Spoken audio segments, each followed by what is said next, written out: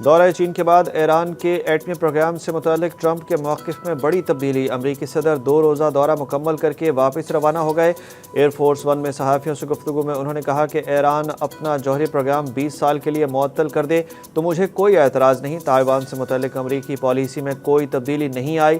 چینی صدر نے واضح طور پر کہا ہے کہ ایران جوہری ہتھیار حاصل نہیں کر سکتا۔ انہوں نے کہا کہ چند دنوں میں ایرانی تیل خریدنے والی چینی کمپنیوں پر عائد پابندیاں اٹھانے کے حوالے سے فیصلہ کریں گے۔ انہوں نے یہ بھی کہا کہ انہوں نے کبھی یہ نہیں سوچا کہ چینی صدر کو آمر کہیں، جبکہ ایک بار پھر وزیر اعظم شہباز شریف اور فیلڈ مارشل سید عاصم منیر کی تعریف بھی کی۔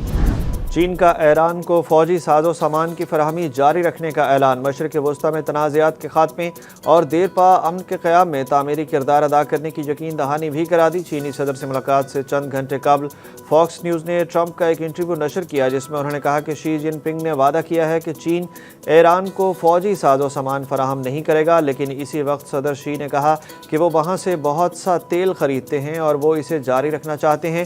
چین کی جانب سے بیان میں ایران امریکہ جنگ پر کہا گیا کہ یہ تنازع کبھی نہیں ہونا چاہیے تھا، اس کے جاری رہنے کی کوئی وجہ نہیں ہے۔ ایران نے پاکستان کی ثالثی میں مذاکرات کی ناکامی کو سختی سے مسترد کر دیا۔ پاکستان کی ثالثی میں امریکہ سے مذاکرات ناکام نہیں ہوئے، امریکی رویے کی وجہ سے مشکل مرحلے میں ہیں۔ ہمارے پاس امریکیوں پر اعتبار کرنے کا کوئی جواز نہیں ہے، کسی بھی ڈیل سے پہلے تمام چیزیں واضح ہونی چاہیے۔ ایرانی وزیر خارجہ عباس عراقچی کی انڈیا میں پریس کانفرنس، بولے ایران کبھی ایٹمی ہتھیار نہیں بنانا چاہتا، ہمارا ایٹمی پروگرام پرامن مقاصد کے لیے ہے۔ ایران مذاکرات چاہتا ہے لیکن امریکہ پر بھروسہ نہیں ہے، ہم نے جنگ کا آغاز نہیں اپنا دفاع کیا۔ انہوں نے کہا کہ ایران کے خلاف جنگ میں ملوث ممالک کے علاوہ آبنائے حرمت سب کے لیے کھلا ہے، آبنائے حرمت سے گزرنے کے لیے ہمیں اعتماد میں لینا ہوگا۔ ایرانی صرف عزت کی زبان سمجھتے ہیں۔ ایران اور متحدہ عرب امارات کے درمیان اختلافات۔ نئی دہلی میں برکس وزرائے خارجہ کا اجلاس مشترکہ اعلامیے کے بغیر ختم۔ بھارت نے نئی دہلی میں برکس وزرائے خارجہ اجلاس کے اختتام پر مشترکہ اعلامیہ کے بجائے چیئر سٹیٹمنٹ جاری کر دیا۔ چیئر سٹیٹمنٹ کے مطابق مشرق وسطیٰ کی صورتحال پر بعض برکس رکن ممالک کے درمیان اختلاف رائے تھا۔ برکس وزرائے خارجہ نے غزہ میں جنگ بندی برقرار رکھنے اور بلا رکاوٹ انسانی امداد کی فراہمی پر زور دیا۔ غزہ میں فوری، مستقل اور غیر مشروط جنگ بندی کا مطالبہ بھی کیا گیا۔ ٹرمپ کے دورہ چین کے دوران امریکی وفد کی غیر معمولی احتیاطی تدابیر سے متعلق اہم تفصیل سامنے آ گئی۔ امریکی میڈیا کی رپورٹ کے مطابق ڈونلڈ ٹرمپ کے ہمراہ چین جانے والے اعلیٰ حکام اور کاروباری شخصیات نگرانی اور ہیکنگ کے خطرے کی پیش نظر اپنے ذاتی موبائل اور لیپ ٹاپس چین لے کر ہی نہیں گئے۔ وفد نے چین میں محدود فیچرز والے عارضی فون اور کنٹرولڈ کمیونیکیشن سسٹم کا استعمال کیا۔ امریکی حکام کو خبردار کیا گیا تھا کہ چین میں نگرانی اور ہیکنگ کے خطرات ٹیکنالوجی کے روزمرہ استعمال تک بھی پھیلے ہوئے ہیں۔ امریکی حکام چین میں اپنے فون چارج کرتے وقت بھی خدشات کا شکار رہے، جبکہ چینی سفارت خانے کے ترجمان نے تمام الزامات کی تردید کر دی۔ انمول پنکی کے نیٹ ورک میں لاہور کی 20 خواتین اور غیر ملکی بھی شامل ہیں۔ کراچی پولیس چیف کی ڈرگ ڈیلر معاملے پر تہلکہ خیز پریس کانفرنس۔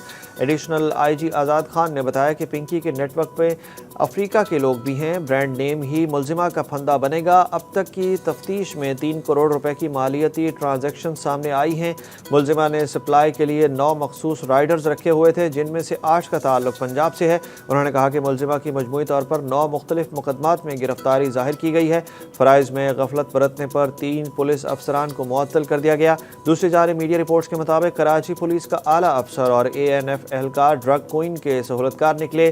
پنکی کی نشاندہی پر کراچی سے 45 لاکھ روپے مالیت کی کوکین بھی برآمد ہوئی۔ کاروباری طبقے کے لیے اہم خبر، حکومت نے آئندہ بجٹ میں آئی ایم ایف کو 215 روپے کے نئے ٹیکسز لگانے کی یقین دہانی کرا دی۔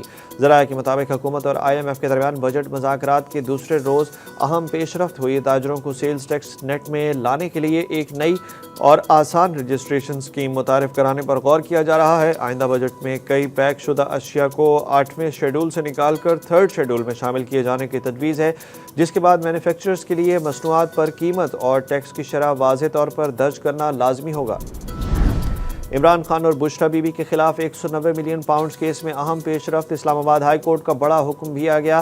عدالت نے اپیلوں پر سماعت کے دوران فریقین کو حتمی دلائل کے لیے 20 مئی کی آخری مہلت دے دی۔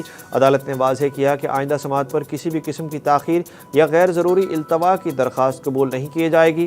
چیف جسٹس اسلام آباد ہائی کورٹ سرفراز ڈوگر اور جسٹس محمد آصف نے کیس کی اپیلوں پر تحریری حکم جاری کیا۔